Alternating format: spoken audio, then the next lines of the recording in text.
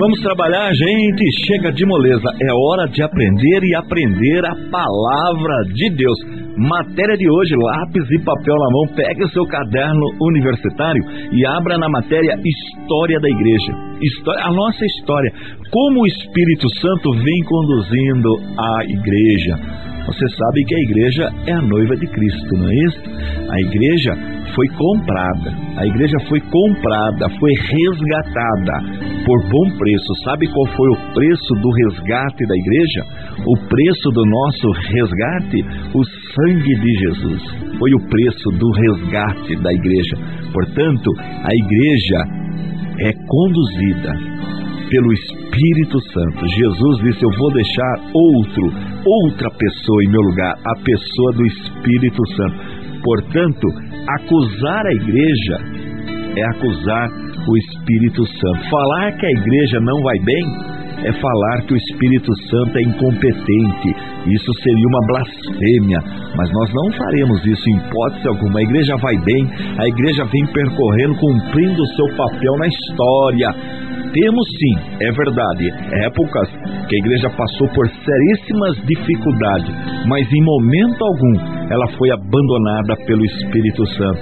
Na hora que o adversário pensava que estava tendo vitória sobre a Igreja, Deus dava livramento para a Igreja. E um período da Igreja que nós vemos uma grande dificuldade foi na Idade Média. Na Idade Média a Igreja passou por uma grande dificuldade que nós chamamos de Idade das Trevas.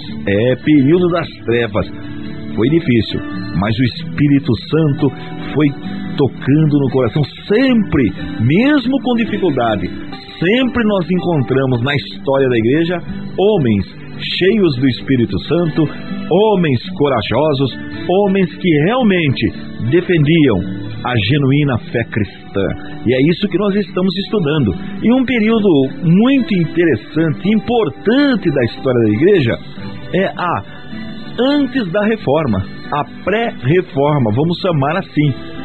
A Igreja está mergulhada em heresias, infelizmente. A maior autoridade da Igreja na época, o Papa, a maior autoridade da Igreja ocidental, porque na Igreja Oriental, que tem sede em Constantinopla, nós já aprendemos que lá tem o patriarca comandando, e nós estamos estudando a Igreja Ocidental, porque houve uma divisão da Igreja. No ano de 1054, marque aí no seu caderno, em 1054, a Igreja foi dividida em duas partes.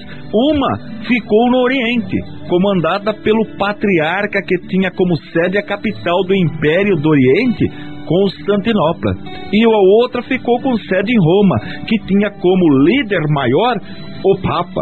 O Papa era o líder maior que comandava a Igreja do Ocidente. E a Igreja do Ocidente, ela começou a aceitar heresias. A do Oriente também teve sérios problemas, mas como nós estamos estudando o lado ocidental, nós vamos aqui comentar um pouquinho do lado ocidental. Você sabe também que nós tivemos as cruzadas.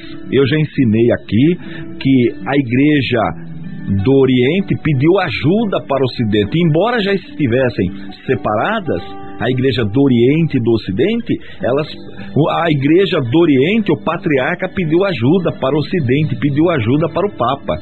Ele pediu ajuda por quê? Porque a Terra Santa estava dominada pelos muçulmanos. Está lembrado dos muçulmanos? Eu já ensinei aqui da religião fundada por Maomé, o islamismo. A Terra Santa estava dominada e eles queriam visitar a Terra Santa, os lugares sagrados do cristianismo, mas eles eram impedidos. Muitos morriam quando chegavam ali. Eles eram mortos pelos muçulmanos, eles eram atacados e muitos até vendidos como escravos. E o Oriente, a região ali da Igreja do Oriente também estava sendo invadida pelos muçulmanos. O que acontece? O patriarca, embora já havia tido a divisão, ele pediu ajuda para a Igreja Ocidental. E a Igreja Ocidental ajudou. Sabe de que forma? Eu vou ensinar, mas não é agora não. Vou chamar o intervalo primeiro. De cristãos orientais pediram ajuda dos cristãos ocidentais. para o quê? Derrubarem os muçulmanos que tinham assumido o controle de Jerusalém. Então os muçulmanos assumiram o controle ali de Jerusalém, das cidades e outros lugares considerados sagrados pelos cristãos. Então a Igreja Oriental organizou as cruzadas, que eram exércitos operacionais com operações militares. Período aconteceu isso, mais ou menos, anota aí no seu caderno, do ano 1095 a 1291. Então nós temos aí 200 anos de cruzadas. Tivemos as mais importantes, são 7 cruzadas, tá bom? Bom, quem ajudou, quem pagou, porque tem uma despesa para tirar o pessoal de Roma, para tirar o pessoal das cidades do Oriente, do Ocidente e ir para Jerusalém, isso tem um custo operacional, custo para manter o exército. Quem pagou? A nobreza do Santo Império Romano. Tá lembrado do Santo Império Romano? Então os senhores, o senhor feudal, o rei, todo mundo que tinha poder ajudou. Mas por que eles ajudaram? Ajudaram porque eram tementes a Deus? Não, é verdade. Tem gente que ajudou financeiramente porque tinha temor de Deus e achava que precisava libertar a cidade sagrada. Nós encontramos outros que tinham interesses comerciais. Eles queriam que a rota do Ocidente para o Oriente fosse liberta, que não tivesse obstáculo para o comércio. Então tinha um interesse também comercial, não era só interesse religioso. Então saíam em direção ao Oriente Médio para libertar Jerusalém. O reino, e conseguiram. Durante o ano 1100 a 1187, eles conseguiram ter o domínio de Jerusalém, mas depois caiu de novo na mão dos muçulmanos. E eles expulsaram os cruzados. Então veja que interessante esta época aí. Já te ensinei que o motivo das cruzadas não era simplesmente religioso. Tem a questão econômica, abrir o comércio com o Oriente e Ocidente, a questão política, porque quem controla o Oriente Médio até hoje é assim. Até hoje o Oriente, veja, por que os Estados Unidos têm soldados lá no Iraque? Qual é o objetivo dos americanos? É só questão religiosa, questão política? Não, tem outras questões por detrás aí. Todo mundo sabe da questão do petróleo, todo mundo sabe da questão do domínio mundial, da superpotência. Então, além da questão religiosa, tem toda uma questão comercial e uma questão política envolvida. É sempre assim, gente. E isto motivou a ação. Os papas e líderes cristãos promoviam os cruzados. Então eles que determinavam ali, os reis, os políticos comandavam, comando militar. E interessante que em 1212, olha que data interessante, anotem no seu caderno, 1212, nós encontramos uma cruzada de crianças. E que eles fizeram? Formaram uma cruzada de crianças menores, ou melhor, crianças com até 12 anos, de 12 anos para baixo. Formaram uma cruzada. Falaram, não, a criança é inocente, então nós vamos montar um exército de criança, porque a criança sendo inocente, tinha toda aquela crença no anjo da guarda, vai proteger essas crianças, né? Cada anjo protege a sua criança, enfim, formaram uma cruzada só de crianças. Gente, foi uma calamidade. Sabe o que aconteceu? Mataram, um monte de criança morreu, venderam crianças como escravos muçulmanos. Gente, foi uma tragédia a cruzada de crianças. Aí o que acontece? Em 1291 terminaram as cruzadas, elas foram vencidas pelos muçulmanos, só que fizeram um acordo permitindo que os peregrinos, né, que os católicos, que os ortodoxos que quisessem visitar, pagavam o imposto e poderiam então, tinham a proteção dos muçulmanos para visitar a Cidade Santa.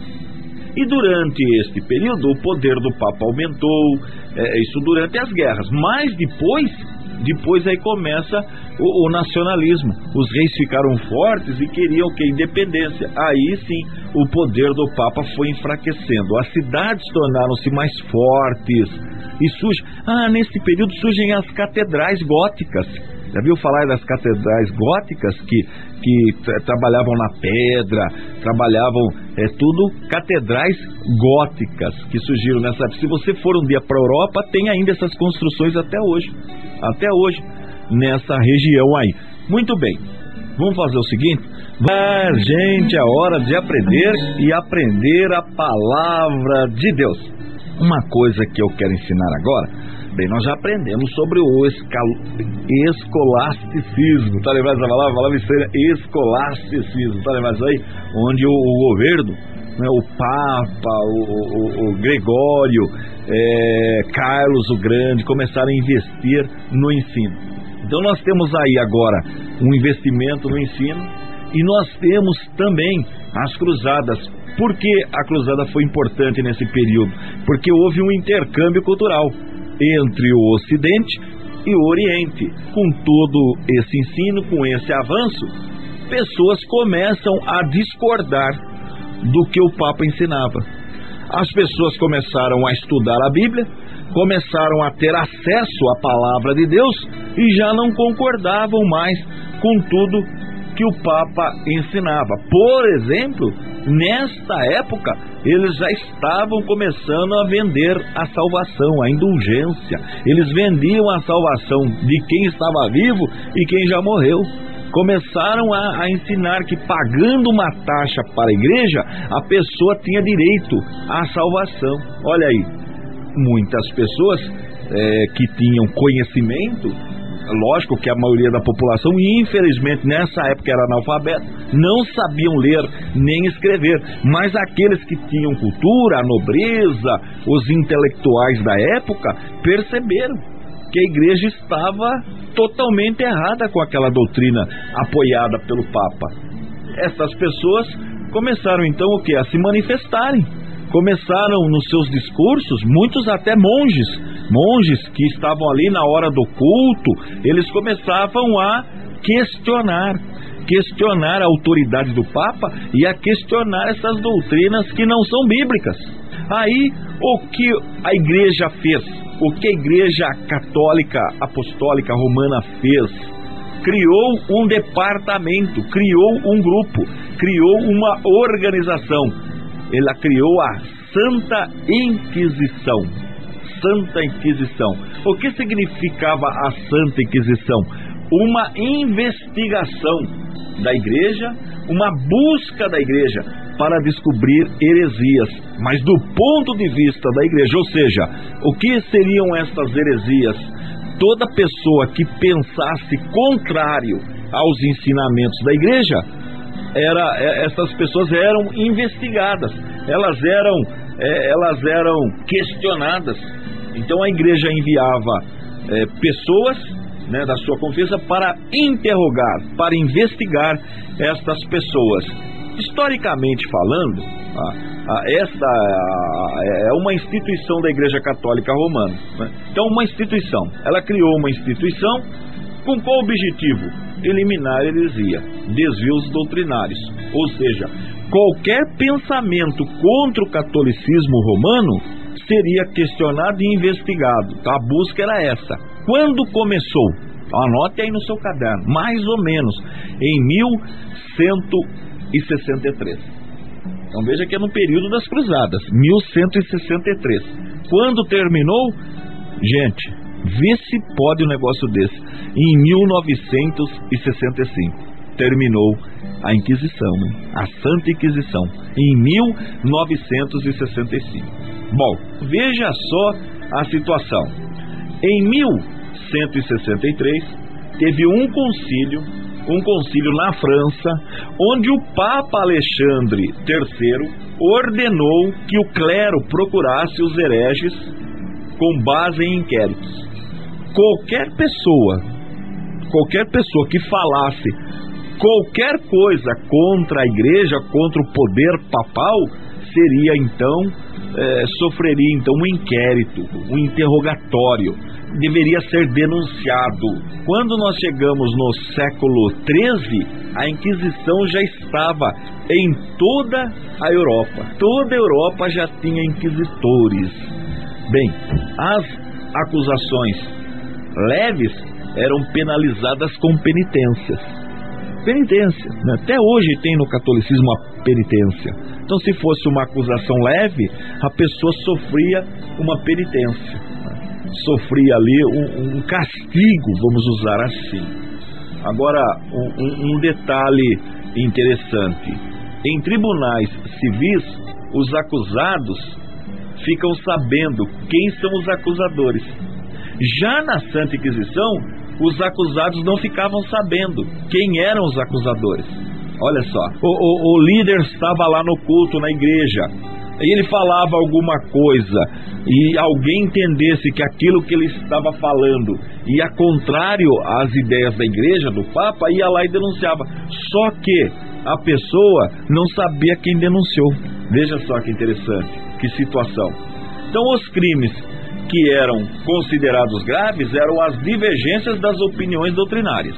Se fosse uma coisa simples, um pecado simples, então sofria uma penitência. Se fosse grave, se falasse contra qualquer coisa a igreja, a pessoa então sofria uma pena severa, inclusive a tortura. A pessoa era torturada, mas torturada até a morte. Então este período da Santa Inquisição. As pessoas eram presas, torturadas, banidas e até mortas. Gente, era queimada viva. A pessoa era queimada viva, queimada pela Santa Inquisição. Olha a prática da igreja nesta época. Por isso que eu chamei de período das trevas, tá bom? Gente, vou chamar mais um rápido intervalo. Não sai daí não, que tem mais matéria ainda hoje. Você está ouvindo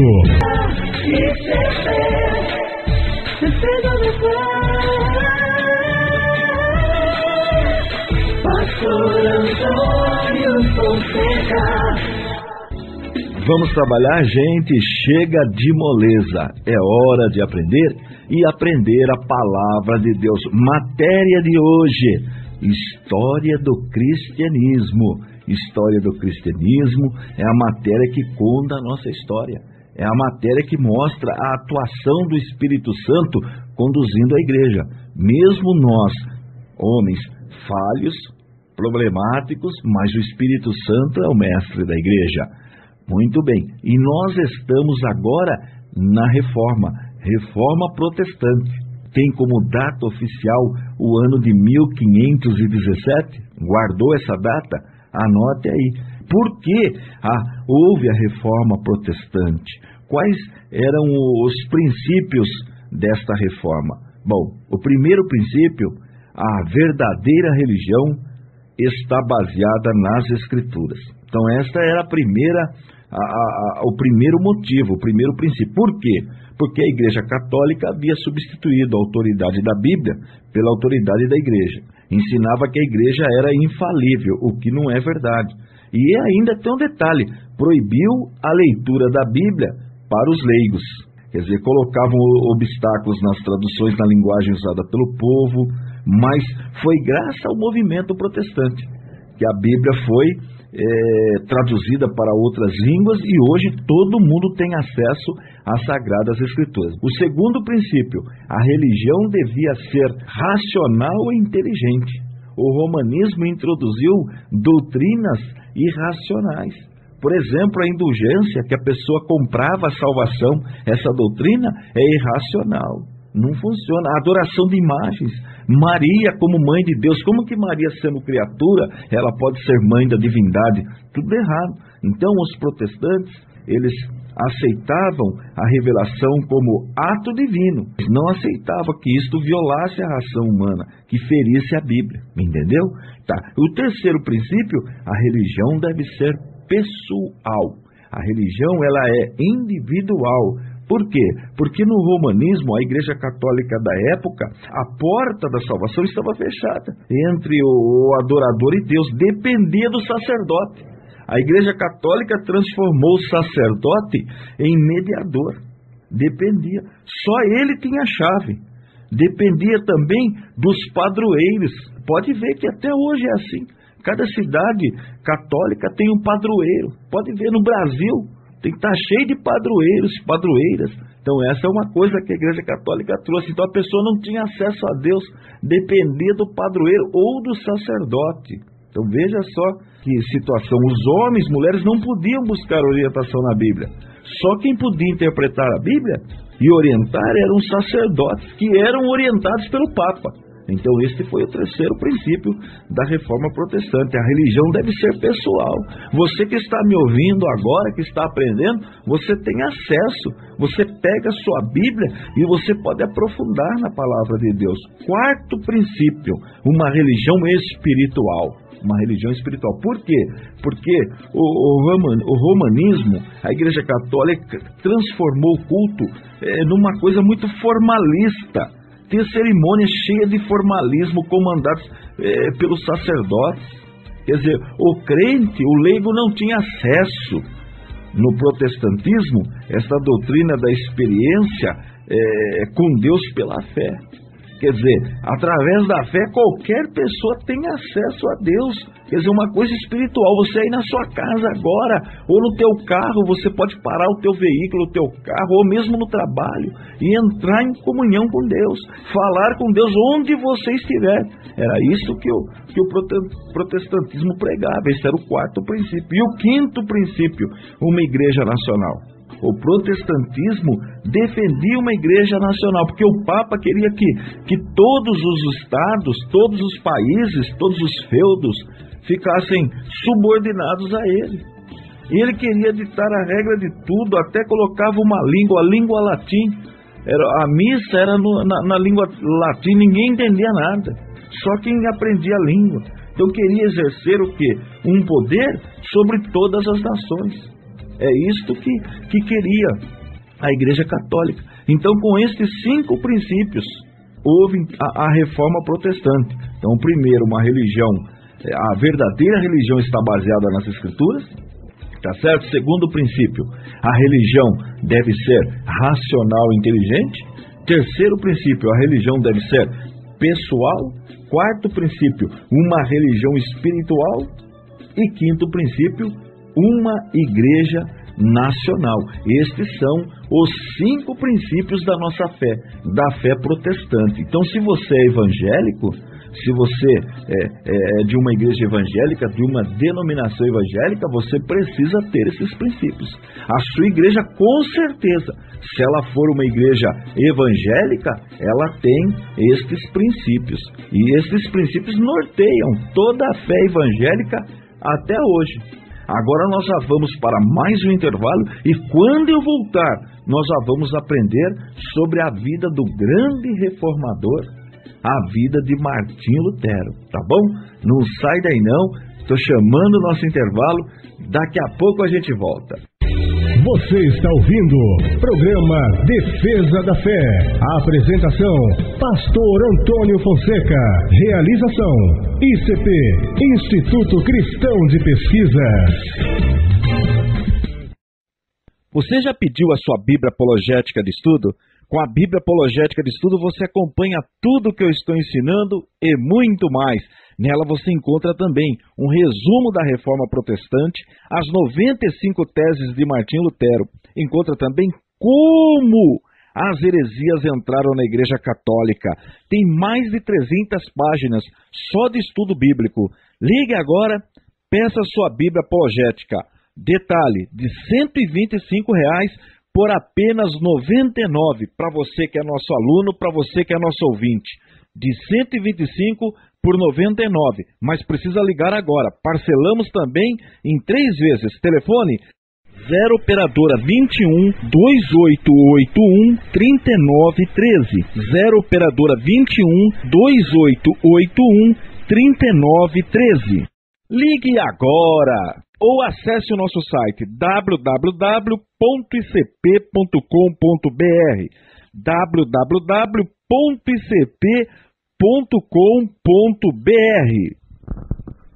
Voltamos a apresentar programa Defesa da Fé. A apresentação, Pastor Antônio Fonseca. Realização, ICP, Instituto Cristão de Pesquisas.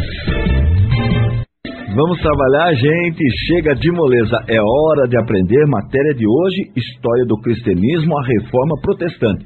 Nós já aprendemos os 5 princípios da reforma protestante. Agora, o grande reformador. Eu já ensinei que todo movimento tem um responsável. Isso na política, na área social, na área religiosa. E no caso da Reforma Protestante, toda vez que você ouvir falar a palavra Reforma Protestante, precisa vir um nome na sua mente. Martinho Lutero. Ele era da Alemanha, alemão.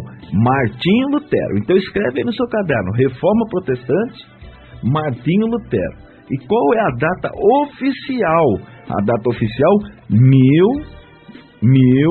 da Reforma Protestante. Anotou aí 1517, tá bom? Essa é a data oficial, 1517. Mas vamos estudar um pouquinho quem foi Martinho Lutero, porque ele foi o primeiro a romper com a igreja. Ele não queria sair da igreja, viu? Ele não queria sair do catolicismo. Ele queria uma reforma. Olha, por isso que é a Reforma Protestante. Ele protestava algumas coisas, ele era contrário a algumas coisas que estavam acontecendo, e ele queria uma reforma. Então Martinho Lutero nasceu em 1483. Anota essa data.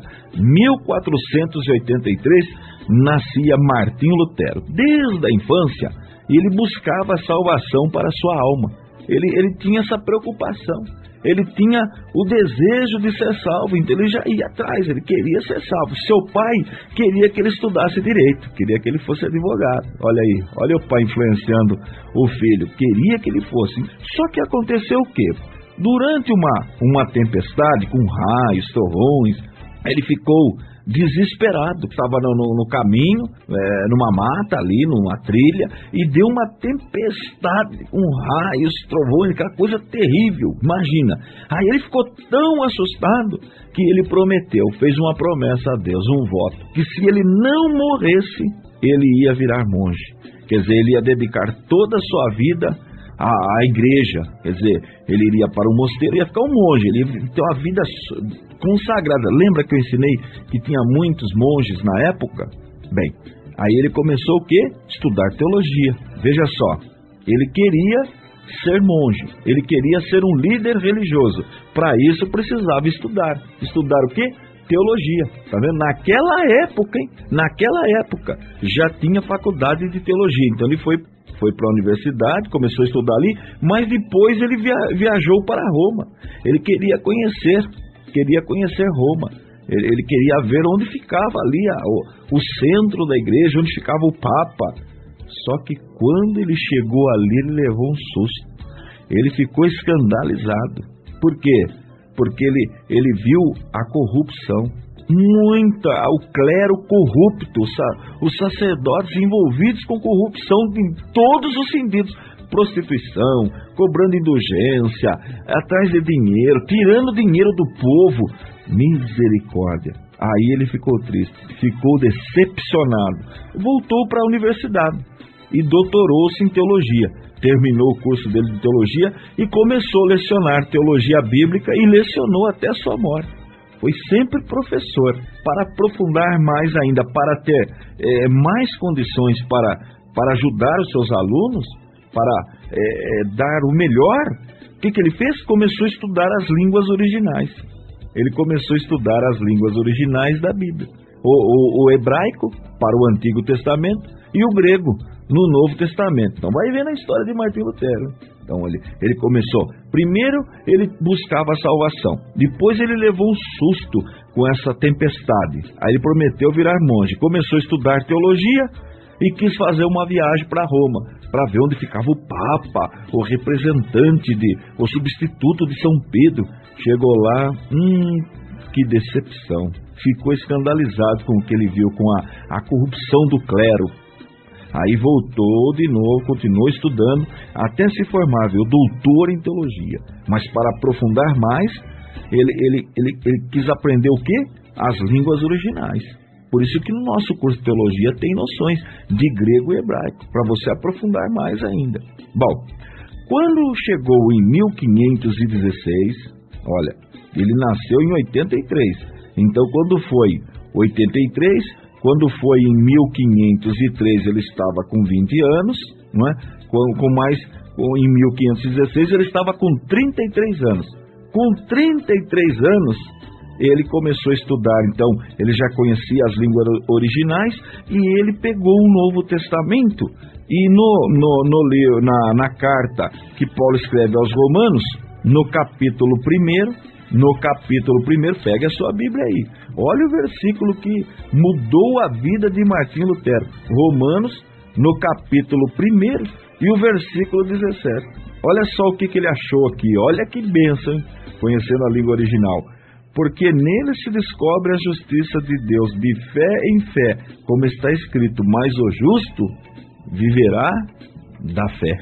Olha aí, ó, o justo viverá da fé.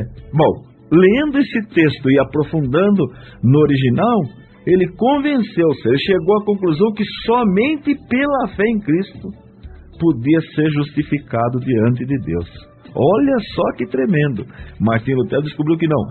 Só pela fé em Cristo a pessoa consegue alcançar a justificativa, ou seja, ser justificado diante de Deus. Olha que interessante. Guardou o versículo? Romanos 1 e 17, tá bom? Eu vou chamar nosso intervalo. Daqui a pouco a gente volta com mais ensinamentos sobre a Reforma Protestante. Você está ouvindo programa Defesa da Fé. A apresentação, Pastor Antônio Fonseca. Realização, ICP, Instituto Cristão de Pesquisas. Você já pediu a sua Bíblia Apologética de Estudo? Com a Bíblia Apologética de Estudo você acompanha tudo que eu estou ensinando e muito mais. Nela você encontra também um resumo da Reforma Protestante, as 95 teses de Martinho Lutero. Encontra também como as heresias entraram na Igreja Católica. Tem mais de 300 páginas só de estudo bíblico. Ligue agora, peça sua Bíblia Apologética. Detalhe, de R$ 125 por apenas R$ 99, para você que é nosso aluno, para você que é nosso ouvinte. De 125 por 99, mas precisa ligar agora. Parcelamos também em 3 vezes. Telefone 0 operadora 21 2881 3913. 0 operadora 21 2881 3913. Ligue agora! Ou acesse o nosso site www.icp.com.br www.icp.com.br.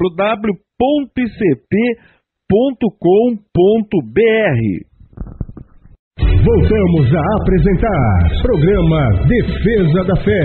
A apresentação, Pastor Antônio Fonseca. Realização, ICP, Instituto Cristão de Pesquisas. Vamos trabalhar mais um pouquinho. Chega de moleza, lápis e papel na mão. Hoje estudando a Reforma Protestante, a vida de Martinho Lutero. Bem, quando ele estava com 33 anos, ele conhecendo já os originais, olha a importância do estudo da palavra, hein? Ele achou lá o Novo Testamento, pegou lá e leu Romanos 1 e 17.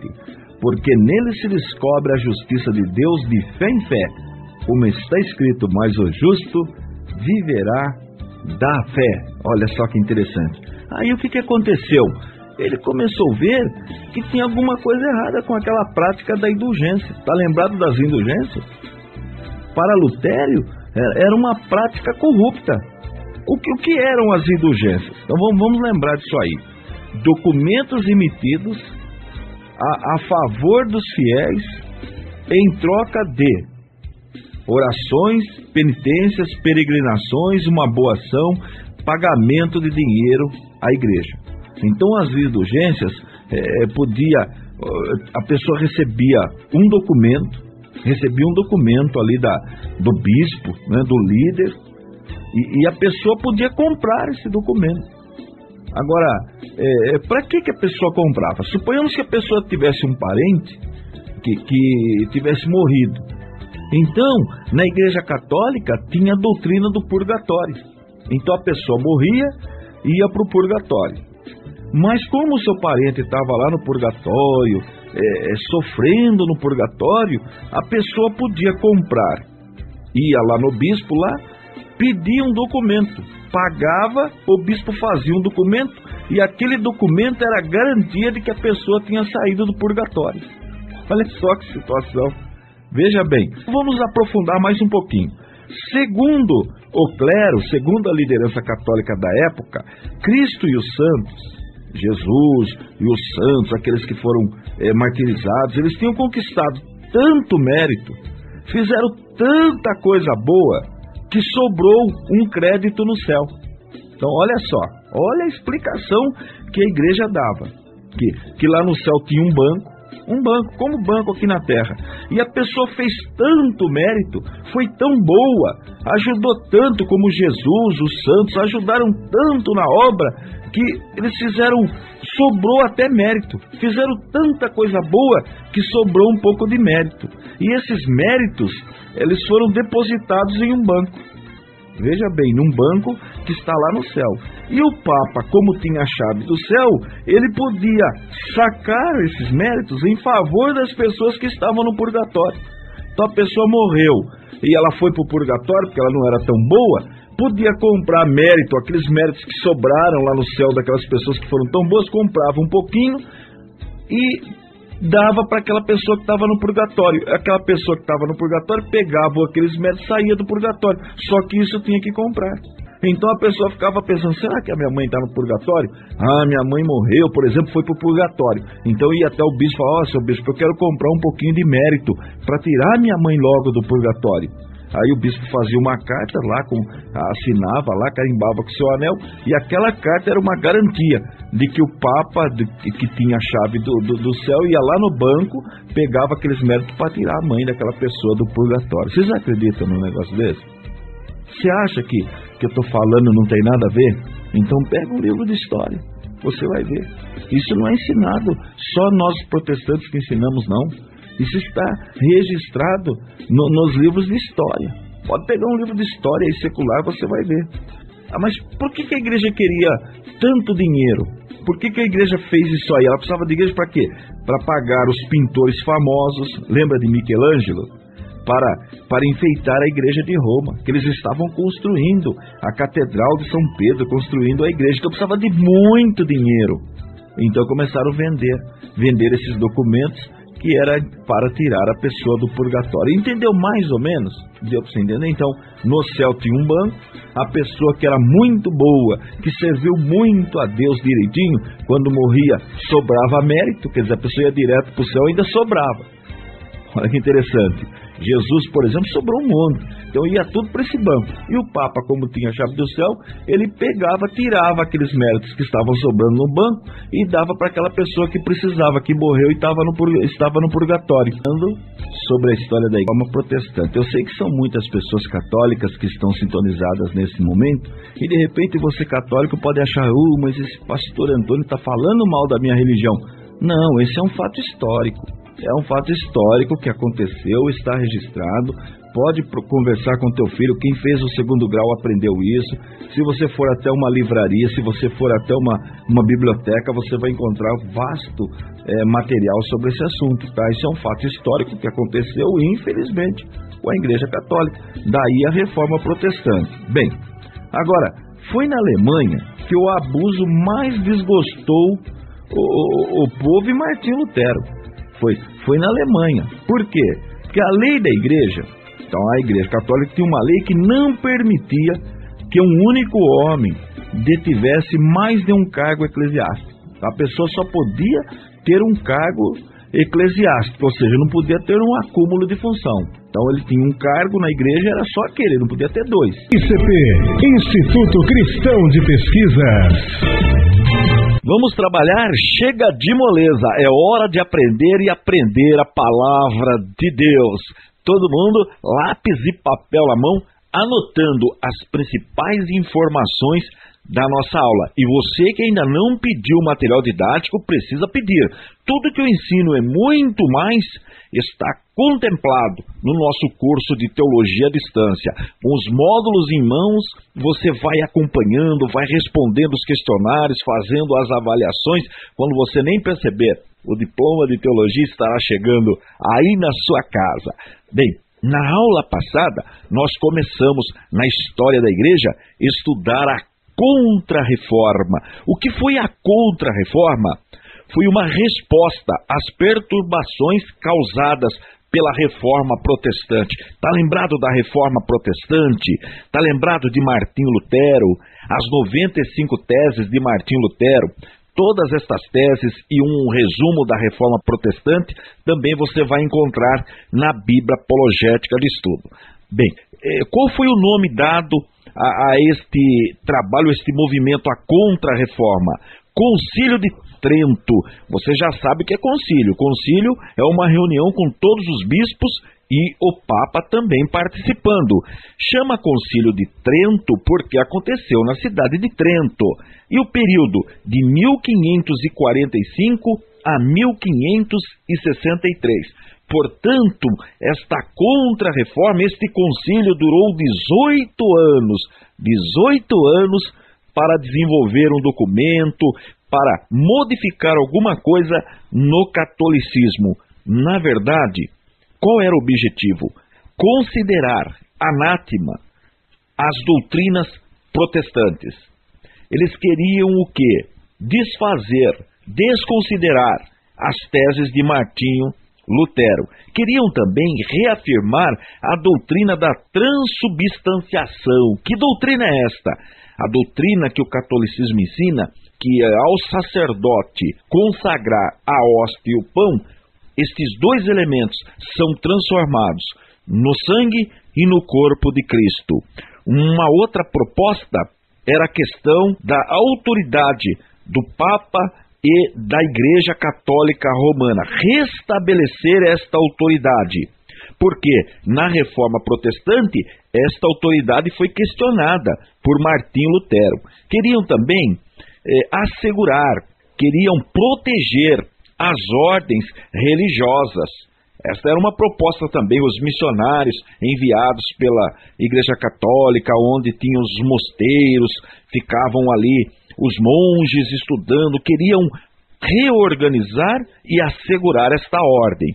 A questão das finanças também, o dinheiro que era arrecadado pela Igreja Católica, lembra que nós já estudamos a questão da indulgência? Isso também foi questionado na Contra-Reforma. Agora, interessante notar que no início os protestantes participaram. No começo, os protestantes foram convidados e participaram, mas logo saíram, porque perceberam que o objetivo, na verdade, da Contra-Reforma era desconsiderar tudo o que foi ensinado, o que foi mostrado por Martinho Lutero, desconsiderar aquilo que Martinho Lutero apontou como falha da administração da igreja, das doutrinas da igreja. Então, o que acontece? Os protestantes pararam de participar. Queriam unir todo mundo de novo. Interessante que, embora Martinho Lutero tenha levantado várias questões, na Contra-Reforma só foi abordado, só foi tentado desfazer aquilo que ele levantou, ou seja, as questões protestantes. As divergências entre os próprios católicos nem sequer foram abordadas. Uma outra questão que eu comentei na aula passada foi a questão do pecado original. Foi tratado esse assunto e foi rejeitada a salvação somente pela fé, porque nas teses de Martinho Lutero ele coloca que a salvação é só pela fé em Cristo Jesus. Esta doutrina levantada pelo protestantismo foi rejeitada. Foram condenadas também doutrinas protestantes que modificavam os sacramentos. Está lembrado dos sacramentos? Na Igreja Católica nós temos os sacramentos, a Santa Eucaristia, o batismo, confirmação do batismo, penitência, santas ordens, matrimônio, extrema-unção. Veja que na nossa fé, na fé protestante, nós não temos sacramento. Nós usamos o termo ordenanças. E nós só encontramos duas ordenanças na fé protestante: o batismo e a ceia do Senhor. Só estas duas. Também foram baixados decretos com medidas disciplinares contra aqueles sacerdotes, aqueles padres que realmente estavam fora da disciplina católica. Então ali eles baixaram decretos, normas para melhorar a conduta daqueles padres, daqueles sacerdotes. Gente, vamos fazer assim, com o módulo de teus apócrifo, quer dizer, um livro que não tem valor canônico. Não é que o livro não pode ser lido, um livro errado, não. É um livro que deve ser lido, interessante. Se você tiver na sua casa uma Bíblia católica, você vai encontrar esses livros. O livro de Tobias, Judite, Sabedoria, Eclesiástico, que é diferente de Eclesiastes. Primeiro Macabeus e segundo Macabeus. E por último, Baruque. Temos também 2 acréscimos na Bíblia Católica, um em Esther e um em Daniel. Veja, estes livros, eles foram considerados canônicos, ou seja, quer dizer, inspirados por Deus. E isto foi oficializado no Concílio de Trento. Por quê?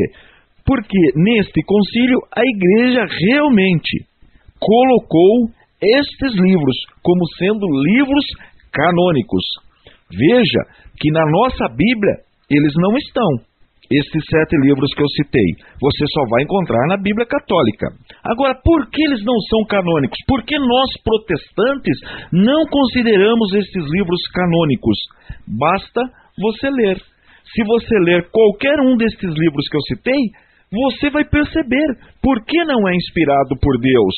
Na nossa Bíblia Apologética de Estudo, a Bíblia editada pelo ICP, você vai encontrar o resumo de cada um deles e explicando detalhadamente como eles entraram na Bíblia Católica e por que eles não são canônicos.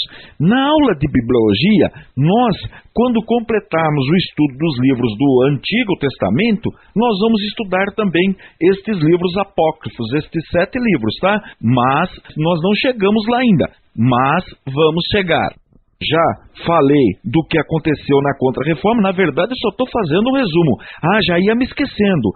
Foi nesse concílio, no Concílio de Trento, que a Vulgata Latina foi escolhida como versão oficial da Igreja Católica. Vulgata Latina. Ela foi traduzida para o latim por Jerônimo, no ano 405 depois de Cristo, na cidade de Belém. Então Jerônimo fez a tradução da Bíblia, o Antigo e o Novo Testamento para o latim.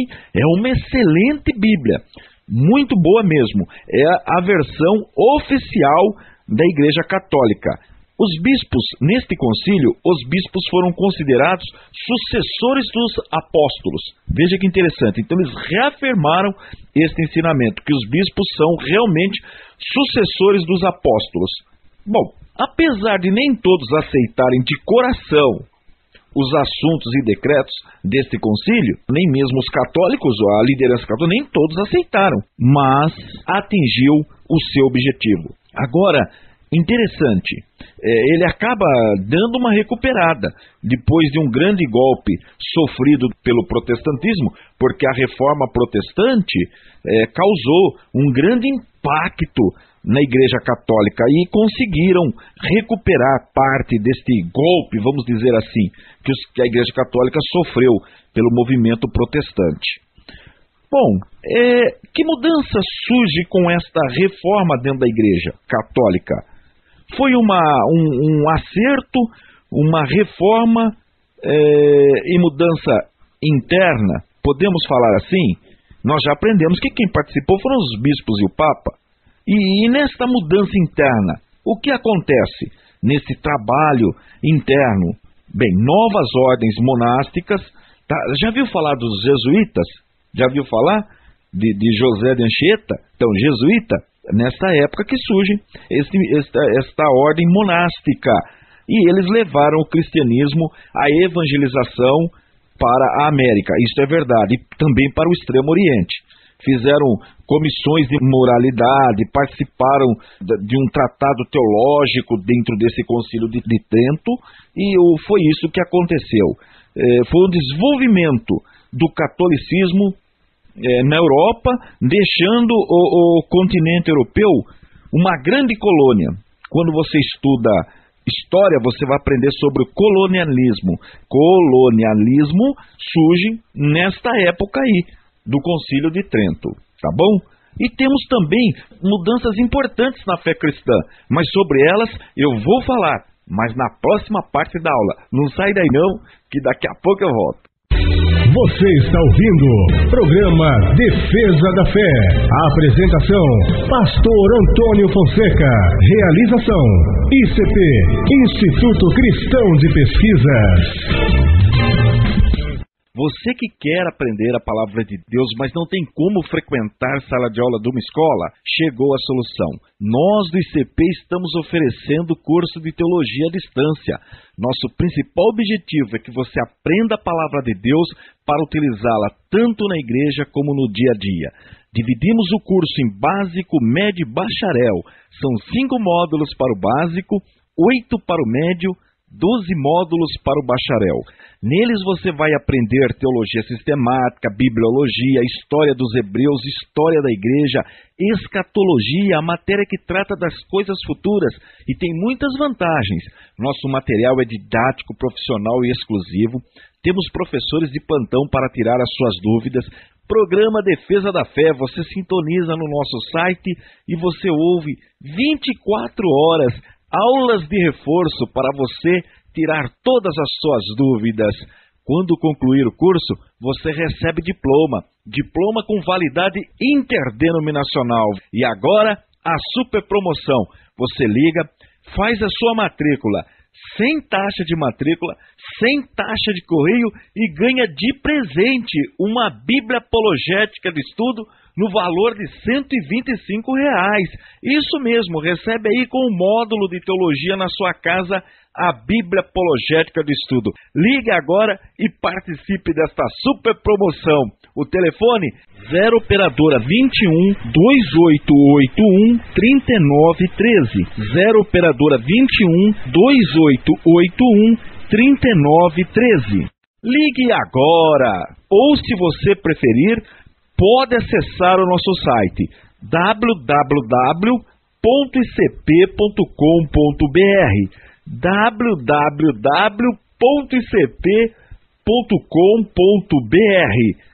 Voltamos a apresentar programa Defesa da Fé. A apresentação, Pastor Antônio Fonseca. Realização, ICP, Instituto Cristão de Pesquisas. Vamos trabalhar mais um pouquinho? Nada de moleza. Estamos aprendendo a nossa história, a história do cristianismo. E eu disse no bloco anterior que a Contra-Reforma, tanto o movimento protestante como a Contra-Reforma, trouxe mudanças importantes na fé cristã.